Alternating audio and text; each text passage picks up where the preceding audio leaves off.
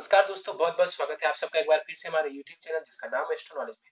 दोस्तों, आज की इस वीडियो में हम एक 32 वर्ष युवती की कुंडली का विश्लेषण करने वाले हैं, जिन्होंने अपने बर्थ डिटेल्स मेरे साथ शेयर किए हैं और एस्ट्रोलॉजी के माध्यम से ये अपने जीवन से जुड़े हुए कुछ महत्वपूर्ण प्रश्नों के उत्तर जानना चाहती है। तो निश्चित ही आज इस वीडियो में मैं इनके द्वारा पूछे गए सभी प्रश्नों का उत्तर दूंगा और साथ ही साथ इनकी कुंडली का पूर्ण विश्लेषण भी करूंगा। दोस्तों, इस वीडियो को शुरू करने से पहले हर बार की तरह आप सबसे निवेदन है, यदि अभी तक आपने हमारे YouTube चैनल एस्ट्रो नॉलेज को सब्सक्राइब नहीं किया है तो आप प्लीज इसे सब्सक्राइब कर दें और बेल आइकन को दबाना ना भूलें। साथ ही साथ दोस्तों, यदि आप सब इसी प्रकार अपनी कुंडली का विश्लेषण करवाना चाहते हैं या फिर मुझसे संपर्क करना चाहते हैं तो स्क्रीन पर फ्लैश हो रहे व्हाट्सएप नंबर के ऊपर आप मुझसे संपर्क कर सकते हैं और ज्यादा जानकारी के लिए आप नीचे डिस्क्रिप्शन बॉक्स को भी चेक कर सकते हैं। चलिए वापस आते हैं इस विश्लेषण के वीडियो के ऊपर और सबसे पहले मैं आप सबों के समक्ष इनके द्वारा पूछे गए कुछ प्रश्नों को रख देता हूँ। इन्होंने बताया कि इनका जो विल पावर है वो कम हो गया है और करियर को लेकर के प्रश्न पूछा है इन्होंने, बिजनेस को लेकर के, संतान सुख को लेकर के, अपने पति को लेकर के, अपने वैवाहिक सुख को लेकर के इन्होंने प्रश्न पूछा है और इसके अलावा अपने स्वास्थ्य वगैरह से जुड़ा हुआ प्रश्न भी इन्होंने पूछा है। इनके सभी प्रश्नों का एक एक करके हम आखिर में उत्तर देंगे, लेकिन सबसे पहले इनकी लग्न कुंडली के ऊपर चलते हैं दोस्तों, जो कि हमारे समक्ष है। इनकी लग्न कुंडली प्रारंभ होती है 4 नंबर से और इनका चंद्रमा देखा जाए तो वो जाकर के यहाँ पर जो है 2 नंबर की राशि में बैठा हुआ, यानी कि ये कुंडली बन जाती है दोस्तों कर्क लग्न की और इनकी राशि बन जाती है वृषभ। कर्क लग्न और वृष राशि की ये कुंडली बन जाती है।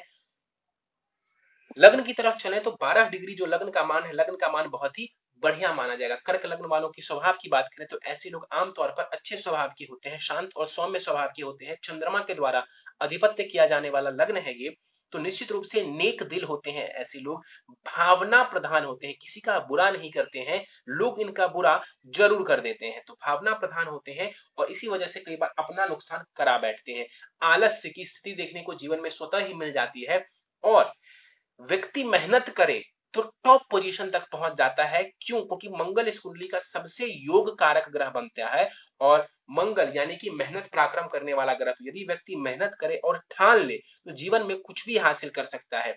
और एक वीडियो में मैंने बताया भी है कि कैसे बहुत बड़े बड़े जो लोग हैं भारत में भी जो प्रधानमंत्री हुए हैं वो ज्यादातर कर्क लग्न वाले ही है। इनके लग्न के ऊपर चले तो 12 डिग्री लग्न का मान है, बहुत अच्छा बल है इनके लग्न के पास। आगे बढ़ते हैं, चलते हैं कुंडली के तीसरे भाव की तरफ। 3 ग्रह युति बनाकर के कुंडली के तीसरे भाव में बैठे हुए, कुछ दोष बन रहे हैं तीसरे भाव में। देखिए यहाँ पर सूर्य केतु और मंगल की युति हुई है। सूर्य केतु का यहाँ पर जो है ग्रहण दोष बना हुआ है। मंगल केतु की युति यहाँ पर जो है अंगारक दोष का निर्माण कर रही है और सूर्य मंगल की जो युति है वो पराक्रम योग बना रही है। पराक्रम दोष नहीं, वो पराक्रम योग बना रही है। तो ग्रहण दोष, अंगारक दोष और पराक्रम योग बन रहा है। तो 2 दोष और एक योग यहाँ पर कुंडली के तीसरे भाव में बन रहा है। मंगल के ऊपर ही चलते हैं। सबसे पहले मंगल 7 डिग्री का यहाँ पर बैठा हुआ है। 7 डिग्री का मंगल है, शत्रु की राशि में बैठा हुआ है। बुध को ये अपना सबसे बड़ा शत्रु मानते हैं और उसी के घर में जाकर के विराजमान है। जैसा कि मैंने थोड़ी देर पहले आपको बताया कि मंगल इस कुंडली का सबसे योग कारक ग्रह है। क्यों है? क्योंकि वो पंचमेश भी है और वो कर्मेश है, यानी कि शिक्षा, संतान, लव, रोमांस, करियर, प्रोफेशन भाव के स्वामी ग्रह बनते हैं। मंगल एक केंद्र स्थान भी उनको मिला है और एक त्रिकोण भी मिला है। तो मंगल सबसे योग कारक ग्रह बने और जाकर के तीसरे भाव में बैठ गए। तो व्यक्ति को ये साहसी बनाएगा, पराक्रमी बनाएगा, इंडिपेंडेंट बनाएगा। लेकिन मंगल कैसा है?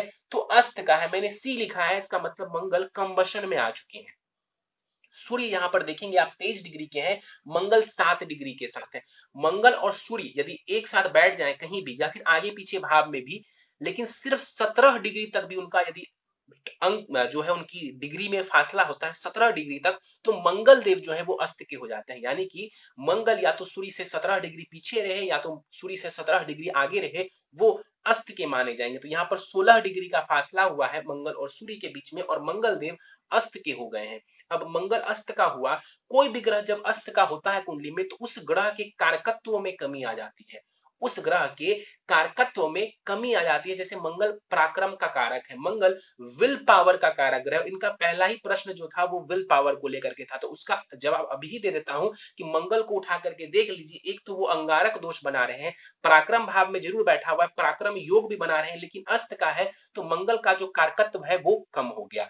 मंगल शिक्षा संतान भाव के स्वामी ग्रह और अस्त के हो गए तो कहीं ना कहीं शिक्षा संतान संबंधित परेशानी या उस सुख में कमी, शिक्षा प्राप्त किया तो उससे सुख नहीं, या तो शिक्षा प्राप्त करने में ही बाधा देखने को मिलेगी।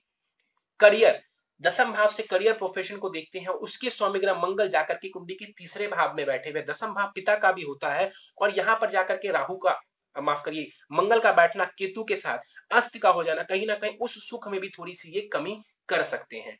तो मंगल को बल देना, मंगल को पावर देना, मंगल को पॉजिटिव करना आपके लिए बहुत ज्यादा जरूरी है, क्योंकि सबसे योग कारक ग्रह है मंगल, और यदि मंगल डाउन हो गए इस कुंडली में तो काफी ज्यादा परेशानी बढ़ जाती है। मंगल अस्त के हैं, दृष्टि नहीं मानी जाएगी, मंगल के पास दृष्टि का बल खत्म हो जाएगा। सूर्य के ऊपर चलते हैं, 23 डिग्री का सूर्य है यहाँ पर, बुध की राशि में बैठे हुए हैं, और सूर्य यहाँ पर कैसे है तो नीचारोही है। नीचारोही का मतलब होता है कि नीचता की तरफ अग्रसर हो रहे हैं। तुला राशि में जो सूर्य देवता है वो नीच के हो जाते हैं, तो यहाँ पर वो कन्या राशि में है तो नीचता की तरफ वो अग्रसर हो रहे हैं, तो सूर्य भी यहाँ पर वीक हो रहा है। और तो और केतु के साथ बैठ गए, राहु की पूर्ण दृष्टि पड़ रही है सूर्य के ऊपर, तो यहाँ पर सूर्य भी ग्रहण दोष में पीड़ित हो गए। अब सूर्य कौन है तो वो है द्वितीय भाव, यानी कि पैतृक संपत्ति, परिवार के साथ संबंध, कुटुंब स्थान कहते हैं दूसरे भाव को, तो परिवार के साथ संबंध, पैतृक संपत्ति और धन भाव, वाणी भाव के स्वामी ग्रह सूर्य बनते हैं, तीसरे भाव में जाकर के बैठे हुए ग्रहण दोष। तो इन चीजों को लेकर के भी थोड़ी परेशानी जीवन में देखने को आपको मिल सकती है। सूर्य यहाँ पर बैठे हुए हैं, ग्रहण दोष लग गया, तो जीवन में यदि आप टॉप पोजीशन हासिल करना चाहती हैं तो उसमें थोड़ी परेशानी आ जाएगी, क्योंकि सूर्य जो है ना वो व्यक्ति को टॉप लेवल तक पहुंचाते हैं, उनका यहाँ पर ग्रहण दोष में पीड़ित होना वो अच्छा नहीं है। बल सूर्य के पास 50% का होगा, सूर्य यहाँ पर कुमार अवस्था के साथ बैठे हुए हैं, सूर्य की दृष्टि पड़ेगी कुंडली के नवम भाव के ऊपर, और भाग्य का स्थान है, भाग्य में वृद्धि कर देंगे, विदेश की यात्राएं करवा सकते हैं, और हायर एजुकेशन का योग बना देंगे कुंडली में।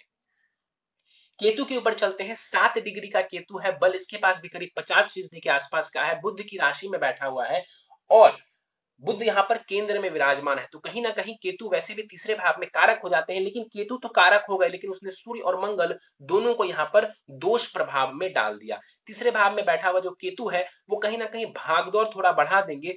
जरूर कहीं ना कहीं मैं कहता हूं कि व्यक्ति को कि यहाँ पर यदि राहु केतु बैठ जाए तो साहस पराक्रम में वृद्धि कर देते हैं, लेकिन वृद्धि तो करेंगे, वैसे भी पराक्रम योग बना हुआ है, लेकिन ये जो दोष बना हुआ है आपको लाभ नहीं लेने दे रहा। साहस पराक्रम होते हुए भी लाभ आपको नहीं लेने दे रहा। केतु की दृष्टि पड़ेगी कुंडली के सप्तम भाव के ऊपर, सप्तम भाव होता है पति का स्थान, मतलब आपकी कुंडली के अनुसार सप्तम भाव वैवाहिक जीवन के लिए देखा जाएगा, आप स्त्री है तो सप्तम भाव आपके पति का हो गया। यहाँ पर केतु की दृष्टि पड़ना कहीं ना कहीं अनबन की स्थिति, कलह की स्थिति आपके रिश्तों में ये करवा सकते हैं। केतु की दृष्टि पड़ेगी कुंडली के नवम भाव के ऊपर, भाग्य भाव के ऊपर, भाग्य को लेकर के कोई परेशानी खड़ी नहीं करेगी, क्योंकि गुरु की राशि को देखेंगे तो कहीं ना कहीं आपको धर्म कर्म से ये जोड़ने वाले होंगे। और केतु की दृष्टि पड़ेगी कुंडली के लाभ स्थान के ऊपर, चंद्रमा को देखेंगे, नीच की राशि को देखेंगे, तो जितनी मेहनत आप कर रही हैं उतना आपको लाभ नहीं मिलेगा, और आपके मन को भी ये परेशान करेंगे, मन को थोड़ा फ्रस्ट्रेट करेंगे, क्योंकि जब भी राहु केतु चंद्रमा को देखते हैं या फिर शनि चंद्रमा को देखता है तो पीड़ित कौन होता है तो वो चंद्रमा हो जाता है। हालांकि चंद्रमा उच्च की राशि में जरूर बैठे हुए हैं, लेकिन फिर भी केतु की दृष्टि चंद्रमा के ऊपर शुभ नहीं परिणाम दी जाएगी।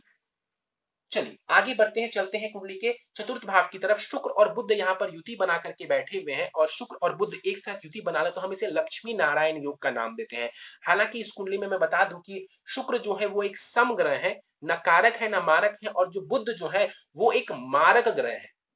शुक्र सम है और बुध मारक ग्रह है, तो यहाँ पर लक्ष्मी नारायण योग बन तो जरूर रहा है, लेकिन ये कह देना कि इसका प्रभाव बहुत जबरदस्त होगा ये नहीं कह सकते, लेकिन प्रभाव तो जरूर दे देंगे। योग बन रहा है तो प्रभाव देखने को जरूर मिलेगा। साथ ही साथ यहाँ पर शुक्र स्वग्रही बैठा हुआ है, केंद्र में विराजमान है, तो एक और योग बन जाता है जिसे हम कहते हैं मालव्य महापुरुष योग। तो मालव्य महापुरुष योग यहाँ पर बना हुआ है, तो कहीं ना कहीं ये व्यक्ति को ऐश्वर्य की तरफ, ऐश्वर्य की तरफ भेजता है। कहीं ना कहीं फिल्म इंडस्ट्री और इन सब ग्लैमर की दुनिया में जो आप लोग देखते हैं उनकी कुंडली में शुक्र प्रधान होता है, शुक्र या तो उच्च का हो जाए, तुला राशि का हो जाए, या इस प्रकार से कोई मालव्य योग बना ले कुंडली में, तो कहीं ना कहीं इन क्षेत्रों में भी शुक्र आपको लाभ दिलवा सकते हैं। यहाँ पर चतुर्थ भाव आपका बहुत ही बलवान नजर आ रहा है, माता से बहुत सुख आपको देखने को मिल सकता है। इसके अलावा जीवन में आप बहुत ही जबरदस्त मकान बना सकती हैं, बढ़िया प्रॉपर्टी बना सकती हैं, उसके योग भी यहाँ पर नजर आ रहे हैं। एक से ज्यादा प्रॉपर्टी, एक से ज्यादा वाहन लेने के योग भी यहाँ पर कुंडली में नजर आ रहे हैं। यहाँ पर देखा जाए तो शुक्र 6 डिग्री के साथ विराजमान है, बल बहुत ज्यादा नहीं है शुक्र के पास, लेकिन अपने ही घर में विराजमान है, तो इस भाव से जुड़ा हुआ पूरा रिजल्ट आपको देखने को ये दे देगा। शुक्र की दृष्टि पड़ेगी कुंडली के दसम भाव के ऊपर, कहीं ना कहीं आपको इस क्षेत्र में सफलता वगैरह दिलवा सकता है। और शुक्र जो है दसम भाव को देखेंगे तो कहीं ना कहीं आपको कला वगैरह से जोड़ने का कार्य कर सकते हैं। लाभेश भी है शुक्र, और अपनी ही स्वराशि में बैठ गए तो इस भाव के बल को बढ़ा देगा। तो लाभ वगैरह में भी शुक्र यहाँ पर वृद्धि करने वाले हैं। हाँ, 6 डिग्री का है, बाल अवस्था से थोड़ा ऊपर है, बल करीब 25% के आसपास ही यहाँ पर शुक्र देव का माना जाएगा। बुध के ऊपर चलते हैं, 17 डिग्री के बुध है, बल पूरा है, युवावस्था का बुध बैठा हुआ है यहाँ पर। लेकिन बुध मैंने बताया था कि मारक ग्रह है, तो तृतीयेश है बुध और द्वादशेश है बुध। बुध तृतीयेश है और द्वादशेश है, यानी कि तीसरा भाव जो होता है वो होता है छोटे भाई या बहन का, छोटी मोटी यात्राओं का, पराक्रम का, साहस का, छोटी मोटे दौड़ भाग का। और 12वां घर होता है खर्च का, विदेश यात्रा का। अब यहाँ पर चतुर्थ भाव में आकर के जो बुध बैठ गए तो कहीं ना कहीं यहाँ पर जो है थोड़ी सी परेशानी देखने को मिल सकती है, क्योंकि ये मारक ग्रह है, आपको भूलना नहीं चाहिए। तो प्रॉपर्टी वगैरह आप बनाना चाहती हैं उसमें थोड़ी सी स्ट्रगल, यदि बुध की दशा चल रही है तो थोड़ी सी परेशानी आपको उस दौरान ये दे सकते हैं। लेकिन विदेश भाव का स्वामी ग्रह जाकर के होमलैंड में बैठा हुआ है, तो कहीं ना कहीं विदेश से ज्यादा जो है लाभ आपको ये घर में ही देगा, यानी कि जन्म स्थान के पास ही आपको ये ज्यादा लाभ देने वाला होगा। बुध की दृष्टि पड़ेगी दसम भाव के ऊपर तो करियर वगैरह को लेकर के थोड़ी परेशानी ये दे सकते हैं। लेकिन शुक्र बुध की युति कला के क्षेत्र में व्यक्ति को जबरदस्त रुझान देती है और सफलता भी देती है, क्योंकि शुक्र भी जो है ना वो कला को दर्शाते हैं, और बुध भी व्यक्ति को इस क्षेत्र में क्रिएटिविटी के क्षेत्र में लेकर के जाते हैं। उनकी दृष्टि दसम भाव के ऊपर पड़ना व्यक्ति को इन क्षेत्रों में रुचि दिलवाता है। आगे बढ़ते हैं, शनि के ऊपर चलते हैं। 22 डिग्री का शनि है यहाँ पर, और शनि जाकर के संतान और शिक्षा के भाव में बैठे हुए हैं। तो शनि इस कुंडली में कौन है, तो वो सप्तमेश है और अष्टमेश है, यानी कि इस कुंडली में शनिदेव मारक ग्रह है, कारक नहीं है, मारक है। बुध और शनि ये दोनों ही ग्रह जो हैं कर्क लग्न वालों के लिए मार्केश कहलाते हैं। अब देखिए मारक शनि उठ करके पंचम भाव में बैठा हुआ है, देखिए सप्तमेश और अष्टमेश शनि उठ करके पंचम भाव में बैठ गए। पंचम भाव होता है शिक्षा संतान का, यानी कि शिक्षा में भी विलंब और संतान सुख लेने में भी विलंब और संतान सुख संबंधित परेशानी आपको देखने को मिल सकती है। कोई शनि अपने आप में पापी ग्रह है, शनि वैसे भी नैसर्गिक पापी ग्रह, और आपकी कुंडली में शनिदेव यानी कि कर्क लग्न वाले जितने भी लोग हैं दुनिया में उनकी कुंडली में जो शनिदेव है वो मारक ग्रह है। तो यहाँ पर बैठ करके शनि संतान संबंधित परेशानी आपको देगा। शनि का काम होता है डिले करना, कई बार बताया है शनि का काम होता है डिले करना। जिस कुंडली में शनि कारक नहीं है तो शनि जहां बैठेंगे जहां देखेंगे चीजों में ज्यादा डिले करने का कार्य करेंगे, क्योंकि उनका ये नेचर ही है। तो पंचम भाव में शनि 22 डिग्री के साथ बैठे हुए हैं, कुमार अवस्था का शनि है, बल 50% का होगा, तो शिक्षा संतान लव रोमांस संबंधित थोड़ी परेशानी आपको दे सकते हैं। और वैसे भी आपका मंगल कोई बहुत जबरदस्त स्थिति में नहीं है।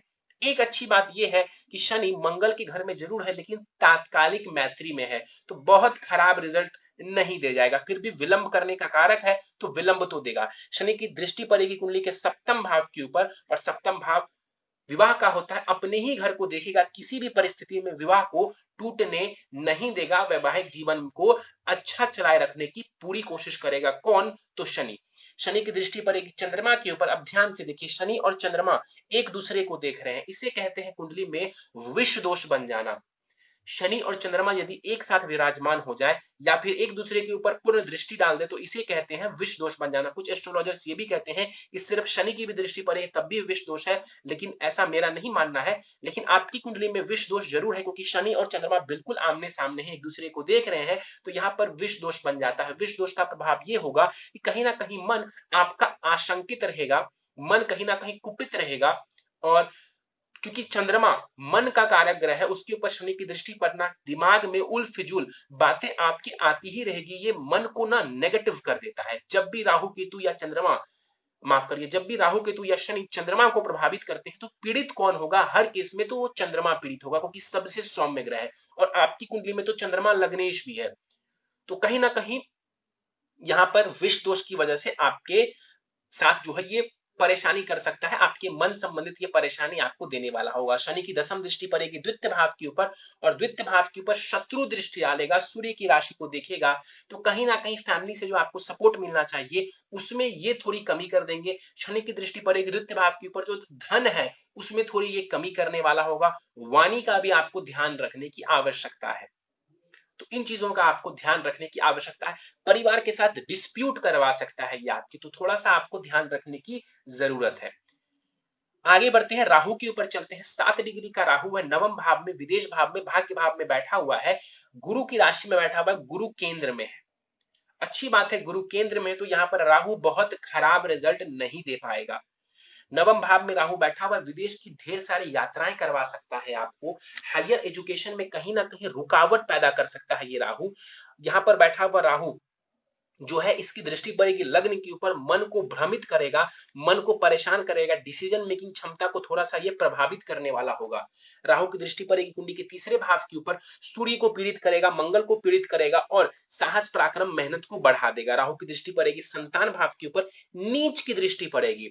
अभी तो शनि ही डैमेज कर रहे थे, अब राहु ने भी रंग में भंग डालना शुरू कर दिया। राहु भी नीच की दृष्टि से आपके संतान भाव को देखेगा, तो संतान और शिक्षा संबंधित बाधा ये देने वाले होंगे। गुरु के ऊपर चलते हैं। 2 डिग्री का गुरु है यहाँ पर, और गुरु यहाँ पर देखा जाए तो कैसे हैं, बाल अवस्था के हैं, बहुत ही कम पावर है और गुरु वक्री है। गुरु यहाँ पर वक्री है। गुरु एक शुभ ग्रह है, और शुभ ग्रह यदि वक्री हो जाए तो इसे बहुत अच्छा नहीं मानते। जिस चीज के वो कारक हैं, उन पॉजिटिव रिजल्ट्स में थोड़ी कमी आ जाती है। अब गुरु जो है वो संतान का नैसर्गिक कारक ग्रह है। गुरु जो है ये पति, स्त्री की कुंडली में पति को दर्शाता है। दुनिया के हर इंसान की कुंडली में गुरु धन को दर्शाता है। दुनिया के हर इंसान की कुंडली में गुरु संतान को दर्शाता है। अब ये गुरु वक्री है, तो कहीं ना कहीं इन चीजों से जुड़ी हुई थोड़ी परेशानी देखने को मिल सकती है। तो गुरु को पॉजिटिव करना जरूरी है। दसम भाव में गुरु है, इसको बल दे देंगी, तो करियर में ये गुरु आपको ऊंचाइयों तक पहुंचा सकता है। गुरु की दृष्टि पड़ेगी धन भाव, वाणी भाव के ऊपर, और पढ़ रही है तो ये आपकी वाणी को बढ़िया करेंगे, परिवार से आपको बहुत सपोर्ट दिलवाएंगे, धन संचित करवाएंगे आपका, और बहुत ज्यादा मात्रा में संचित करवाएंगे। गुरु की दृष्टि पड़ेगी कुंडली के चतुर्थ भाव के ऊपर, जो पढ़ रही है, जो मैंने आपको बताया था कि आपका आलीशान घर हो सकता है, उसमें ये गुरु और बढ़ोतरी करने वाले हैं। एक से ज्यादा आलीशान घर बना सकती हैं आप, एक से ज्यादा जबरदस्त वाहन खरीद सकती हैं आप, उन सुखों में ये कई गुना वृद्धि करने वाले होंगे। और गुरु की दृष्टि छठे भाव के ऊपर जो पड़ेगी, आपको हमेशा जो है ये शत्रुओं पर विजय दिलवाएंगे, कंपटीशन में सफलता दिलवाएंगे, और जॉब वगैरह में ये आपको लाभ दिलवाने वाला होगा। तो गुरु बैठा बहुत ही बढ़िया है। कहते हैं कि गुरु किसी का केंद्र में बैठ जाए तो भले ही कुंडली में बाकी ग्रहों की स्थिति कुछ भी हो जाए, अकेला ये जो गुरु है, ये व्यक्ति के कुंडली के सारे दोषों को खत्म करने वाला होता है। लेकिन गुरु के पास भी तो बल होना चाहिए। गुरु वक्री है और 2 डिग्री का। सबसे बड़ी खामी जो हो गई इस गुरु की, वो ये है कि ये वक्री है। तो उपाय मैं आपको बताने वाला हूं, उस उपाय को आप करेंगे तो निश्चित रूप से आपको ये लाभ देने वाले होंगे। आगे बढ़ते हैं, चंद्रमा के ऊपर चलते हैं। चंद्रमा यहाँ पर देखा जाए 8 डिग्री के चंद्रमा है, उच्च की राशि में बैठे हुए। चंद्रमा केवल 3 डिग्री तक की उच्च का होता है, लेकिन इतना जरूर है कि चंद्रमा अपनी उच्च की राशि में जरूर विराजमान है। तो उच्च का चंद्रमा है यहाँ पर, और 11वें भाव लाभ स्थान में ये बैठा हुआ है। तो जीवन में आप जितनी मेहनत करेंगे उतना ये आपको लाभ दे देगा। शनि की दृष्टि कहीं ना कहीं उसमें भी थोड़ी परेशानी आपको खड़ी करने वाली होगी। चंद्रमा उच्च का है, निश्चित रूप से ये आपको भावना प्रधान बनाएगा, इमोशनल और ज्यादा करेगा आपको। और साथ ही साथ यदि आप मेहनत करती हैं तो लाभ भाव में चंद्रमा है, जीवन में आप खूब मेहनत करिए, खूब सारा लाभ ये चंद्रमा आपको देने वाला है। चंद्रमा की दृष्टि पंचम भाव के ऊपर पड़ेगी, नीच की दृष्टि है। देखिए, निश्चित सी बात है कि उच्च का ग्रह है तो दृष्टि नीच की डालेगा, और नीच की दृष्टि कहां डालेगा, तो शिक्षा और संतान भाव के ऊपर। तो इसमें भी चंद्रमा आपको, भले ही कारक ग्रह है इस कुंडली का, लग्नेश है, लेकिन उसमें आपको शिक्षा संतान में भी ये चंद्रमा भी आपको मदद नहीं करने वाला। चलिए, ये था आपकी कुंडली में ग्रहों का विश्लेषण। सीधे चलते हैं आपके दशाओं के ऊपर। आपको फिलहाल राहु ग्रह की महादशा चल रही है, और राहु की महादशा आपको 12 मई 2023 तक रहने वाली है। तो 12 मई 2023 तक आपका जो समय है ये बेस्ट नहीं कहा जाएगा। राहु की महादशा में फिलहाल आपको सूर्य की अंतरदशा चल रही है, जो कि 25/10/2020 यानी कि 25 अक्टूबर 2020 तक रहने वाली है। ये समय संभल करके चलने वाला है, बहुत अच्छा समय इसको नहीं कहा जा सकता। सीधे प्रश्नों को लेते हैं। आलस्य बहुत आता है, विल पावर कम है। आलस्य, ये ऐसा लग्न नहीं बनता है कि व्यक्ति को ये आलस्य देता है। विल पावर कम है इसलिए क्योंकि मंगल आपका बलि नहीं है, और तो और सूर्य भी बलि नहीं है। मंगल और सूर्य दोनों ही बलि नहीं है। और आलस्य, देखिए, यदि मान लीजिए कि ये कुंडली मंगल प्रधान हो जाती, ये कुंडली मंगल प्रधान हो जाती, मान लीजिए मंगल ही दसम भाव में बैठ जाते, मंगल छठे भाव में बैठ जाते, इवन मंगल तीसरे भाव में जब बैठे हुए हैं, पूर्ण बलाबल के साथ बैठे होते और अस्त के नहीं होते, तो ये आलस्य वाली जो शिकायत है आपकी नहीं होती। तो कहीं ना कहीं मंगल डाउन है, इस वजह से विल पावर कम है आपका। ग्लैमर और फैशन फील्ड में सफलता मिलेगी, निश्चित मिलेगी, कहीं कोई दो राय नहीं है। बिजनेस करूं या फिर आईटी सेक्टर में मैं जॉब करूं। देखिए, आईटी सेक्टर में आप जॉब करना चाहती हैं, बिल्कुल आप कर सकती हैं। आप बिजनेस करना चाहती हैं, मैं आपको बिजनेस करने की भी छूट देता हूं। लेकिन आप बिना मंगल को ठीक किए जीवन में, करियर में, संतान में सफलता अर्जित नहीं कर पाएंगी। ये बात आप लिख कर नोट करके रख सकती हैं। मंगल सबसे योग कारक ग्रह है, जब तक उसको ठीक आप नहीं करेंगे, शिक्षा, संतान, लव, रोमांस और करियर संबंधित आपको लाभ नहीं मिलने वाला है। तो आईटी सेक्टर में जॉब करना थोड़ा बेहतर है आपके लिए। और वैसे भी राहु की दशा जब तक चल रही है, तो आपको बहुत ज्यादा बिजनेस करने के आइडियाज को ड्रॉप ही रखना चाहिए। आपके लिए जॉब करना ही बेहतर रहेगा। देखिए, जॉब हाउस के स्वामी ग्रह गुरु करियर भाव में बैठे हुए हैं, आप जॉब करिए। आने वाले समय में आप बिजनेस में जा सकती हैं, लेकिन फिलहाल आपको बिजनेस के बारे में नहीं सोचना है। जॉब को प्रायोरिटी दीजिए, जॉब करिए। कंप्यूटर साइंस में इंजीनियरिंग की मैंने, और फिर जो है मास्टर्स भी किया। बहुत अच्छी बात है, बहुत बढ़िया बात है। गुरु जो है, काफी हद तक गुरु ने आपको इसमें सहयोग किया है, और गुरु के सहयोग और आशीर्वाद से जो है आपको ये चीजें मिली है, उसको और बेहतर करेंगी, और ज्यादा लाभ आपको देखने को मिल जाएगा। बिजनेस करो तो किस क्षेत्र में करो, अभी फिलहाल बिजनेस का आइडिया आप ड्रॉप कर दीजिए। लेकिन फिर भी मैं आपको बता देता हूं कि यदि आप बिजनेस करती हैं तो किस क्षेत्र में कर सकती हैं। शुक्र से जुड़ा हुआ कार्य या फिर गुरु से जुड़ा हुआ कार्य, कोई भी कार्य आप करेंगे, आपको बहुत ज्यादा लाभ देखने को मिल जाएगा। तो कंसल्टेंसी, किसी भी क्षेत्र में कंसल्टेंसी वगैरह आप दे सकती हैं, उसमें भी आपको लाभ मिल जाएगा। नहीं तो आप ग्लैमर फील्ड में भी यदि कुछ बिजनेस करने लायक हो, आप कर लीजिए। फैशन इंडस्ट्री से जुड़ा हुआ कार्य, जैसे फैशन डिजाइनिंग वगैरह, इनसे भी जुड़ करके आप जो है अच्छा नहीं, बहुत ही अच्छा धन अर्जित करने वाली होंगी। तो कहीं ना कहीं ग्लैमर या फैशन फील्ड या फिर कंसल्टेंसी वगैरह के क्षेत्र से जुड़ करके आप अच्छा धन का लाभ अर्जित कर सकती हैं। जॉब में इंडिया में करूं या फिर जर्मनी में, अभी मैं जर्मनी में हूं। आपकी कुंडली को देख करके निश्चित रूप से मैं एक बात कह सकता हूं कि आप विदेश की खूब सारी यात्राएं करें, खूब सारा लाभ करें, उठाएं। लेकिन आपकी कुंडली ये कहती है कि आपको भारत में रहने से ज्यादा लाभ मिलेगा। ये मैंने कुंडली विश्लेषण के दौरान ही आपको बताया था। खूब घूमें, खूब फिरें, लेकिन यदि संभव हो तो इंडिया में आपको ज्यादा लाभ मिलेगा, ये आपकी कुंडली कह रही है। कोई भी काम अधूरा ही रह जाता है, इंटरेस्ट कम होता चला जाता है जैसे जैसे काम आगे बढ़ता है। कारण है मंगल। कोई भी कार्य आप उठाती तो जरूर है, लेकिन पूरा नहीं करती है। मंगल यहाँ पर सही नहीं है, मंगल को सही करिए। और दूसरा, लग्नेश है चंद्रमा। अब काम करते करते कौन आपका साथ छोड़ देता है, तो मन। मन क्या होता है, तो उस काम से भागने लगता है। मन यानी कि चंद्रमा, और चंद्रमा कैसा है, तो केतु से भी पीड़ित है, और शनि की दृष्टि पड़ गई तो विष दोष अलग से। तो कहीं ना कहीं चंद्रमा और मंगल की वजह से जो है आपको इंटरेस्ट खत्म होता चला जाता है। सबसे पहले तो आपका मन भागता है, फिर जो आप सामर्थ्य होता है वो भी आपका साथ छोड़ देता है। सोशल सर्विस करने की भी इच्छा है, कारण है गुरु, और आप कर सकती हैं, उसमें कोई परेशानी नहीं है। लेकिन पहले आप खुद सेटल हो जाइए, उसके बाद आपको जितनी सोशल सर्विस करनी है आप करते रहिए। गुरु की दशा में आप ये कर पाएंगी। अभी आप इसके चांसेस थोड़े कम नजर आते हैं कि राहु की दशा में आप सोशल सर्विस कर पाए। गवर्नमेंट जॉब के चांसेस कितने हैं, जॉब मुझे किसी भी हाल में करना है। गवर्नमेंट जॉब यानी कि सीधा सीधा हम सूर्य को देखेंगे उसके लिए, और सूर्य आपका डैमेज्ड है। गुरु आपको गवर्नमेंट जॉब में बहुत लाभ दे देगा। जो उपाय मैं आपको बताने वाला हूं, उस उपाय से आपको और ज्यादा लाभ मिलने वाला है। लेकिन सूर्य को बेहतर करना जरूरी है, उसके लिए भी मैं आपको उपाय बताने वाला हूं। उसके बाद आपके लिए गवर्नमेंट जॉब के चांसेस ऑटोमेटिकली बन जाएंगे। इन्होंने बोला है कि विवाह के 8 साल हो गए, संतान सुख नहीं है, मेडिकल रिपोर्ट्स नॉर्मल है, संतान सुख कब है। देखिए, विवाह के 8 साल हो गए और संतान सुख नहीं है। देखिए, बिल्कुल इसके पीछे का कारण है शनि का यहाँ पर बैठना, राहु की नीच की दृष्टि पड़ना, और सबसे इंपॉर्टेंट जो इस भाव के स्वामी ग्रह है मंगल, उनकी स्थिति बढ़िया नहीं है। और तो और गुरु जो है, जो कि मैंने आपको बताया था कि संतान कारक ग्रह है इस कुंडली में, वो वक्री हो गए, तो उसमें भी थोड़ी सी परेशानी देखने को मिल रही है। तो उपाय बहुत जरूरी है आपके लिए। मंगल हर चीज में जो है ना, मंगल कहीं ना कहीं जो है उसको बेहतर करना जरूरी है। मेडिकल रिपोर्ट्स नॉर्मल है, संतान सुख कब है, ठीक है, अच्छी बात है, मेडिकल रिपोर्ट्स नॉर्मल है। लेकिन यहाँ पर तो कहीं ना कहीं आपकी कुंडली काफी कुछ कह देती है। भले ही मेडिकल रिपोर्ट कुछ ना कहे, आपकी कुंडली की रिपोर्ट ऑटोमेटिकली बता रही है। इवन आज से आप 10 साल पहले भी आती तो कोई भी एस्ट्रोलॉजर आपकी कुंडली को देख करके कह देते कि आपको संतान होने में समस्या आएगी। इसमें कहीं कोई दो राय नहीं, इसमें कहीं कोई आश्चर्य वाली बात नहीं है। कब है संतान सुख, कुछ हद तक ये योग इसी वर्ष के अक्टूबर से बन जाएंगे, 25 अक्टूबर से बन जाएंगे। लेकिन बेस्ट योग जो है आने वाले समय में आपको देखने को मिलेगा, करीब करीब जो है 2022 से भी योग बन रहे हैं। लेकिन मैं ऐसा मानता हूं कि गोचर भी आपको सपोर्ट करेगा इसी वर्ष के नवंबर से। इसी वर्ष के नवंबर से आप पूरी कोशिश करिए, आपको संतान प्राप्ति के योग हो जाएंगे। लेकिन उपाय जरूरी है, उपाय को इग्नोर आप नहीं कर सकती है। उपाय करेंगी, अभी से जो है 25 अक्टूबर 2020 से पूरा योग बना हुआ, अगले 2-3 वर्षों तक पूरे योग बने हुए संतान होने की अंतरदशाएं, गोचर, सब कुछ आपको सपोर्ट करने वाला है। तो मैं चाहता हूं कि आप कुछ उपाय कर लें ताकि आपको संतान जल्द से जल्द प्राप्त हो जाए। इन्होंने बोला है अच्छी संतान के लिए मैं क्या उपाय करूं। बिल्कुल मैं आपको आखिर में उपाय बताने वाला हूं। डिलीवरी मेरी नॉर्मल होगी या फिर सर्जरी से होगी, थोड़े से चांसेस ज्यादा है कि हो सकता है तो उसमें थोड़े से कॉम्प्लिकेशंस आए।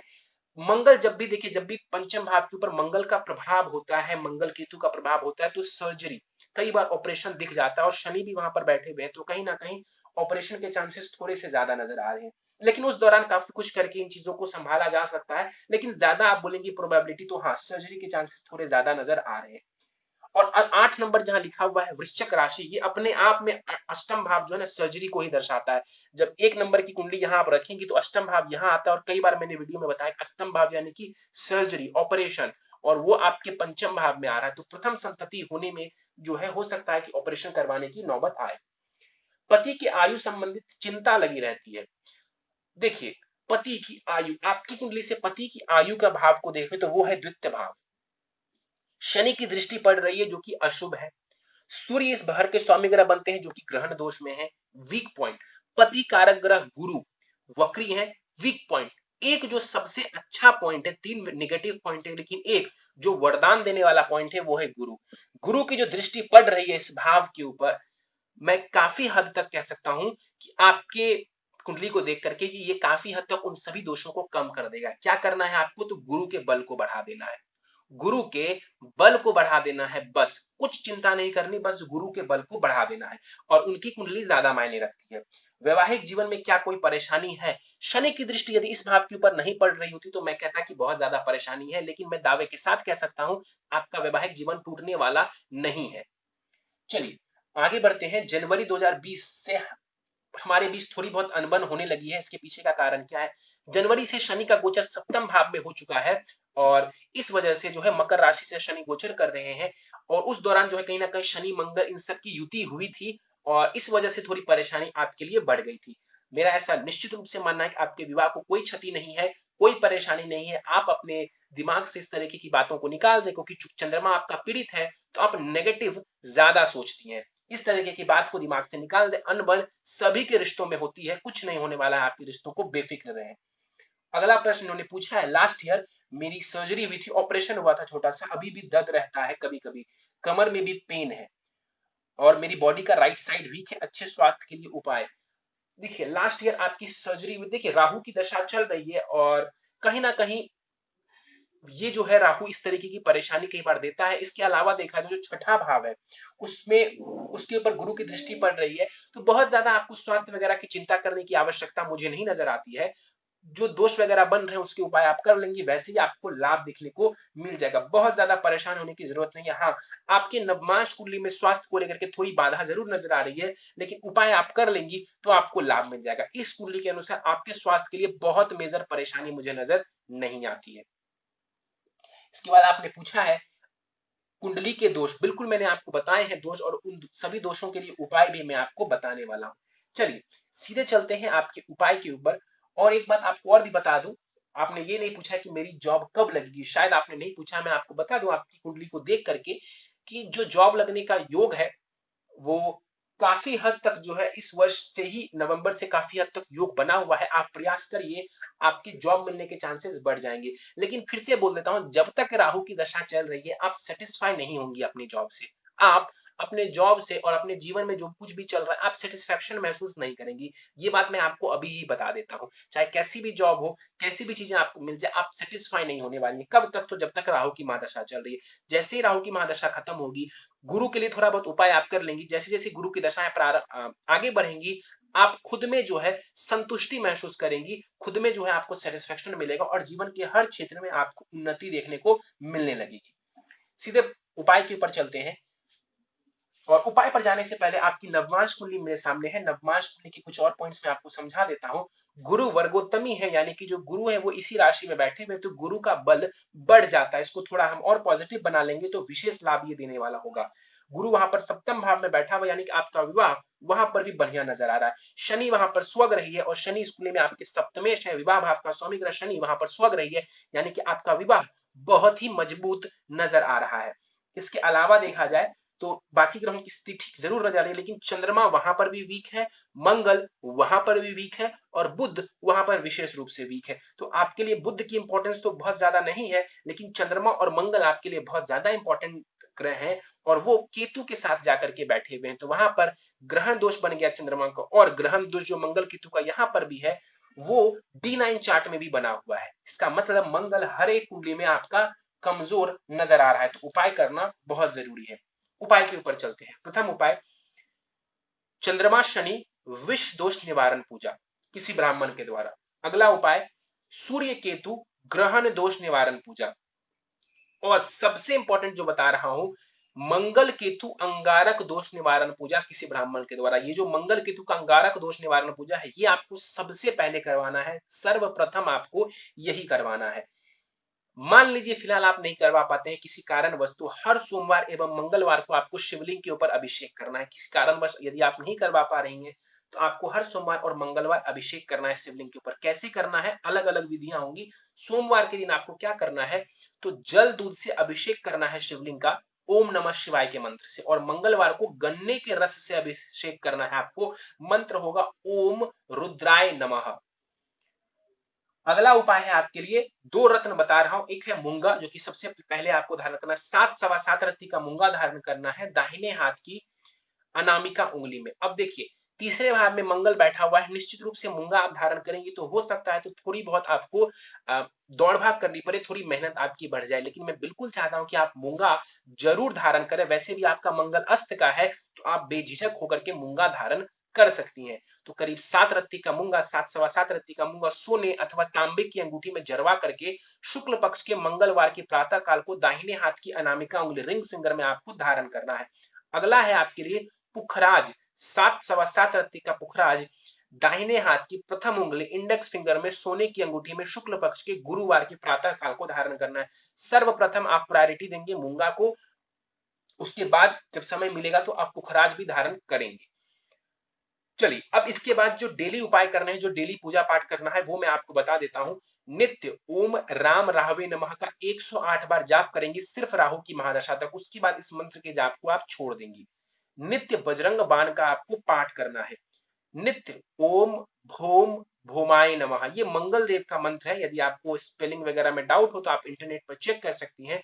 ओम भोम भोमाय नमः 3 माला जाप आपको प्रतिदिन करना है। समय हो तो ज्यादा भी कर सकती है, 5 माला 10 माला तक भी आप कर सकती है, बहुत लाभ होगा। और आखिरी उपाय है आपके लिए, नित्य भगवान सूर्य को आपको अर्घ देना है, गायत्री मंत्र का 21 बार जाप करना है।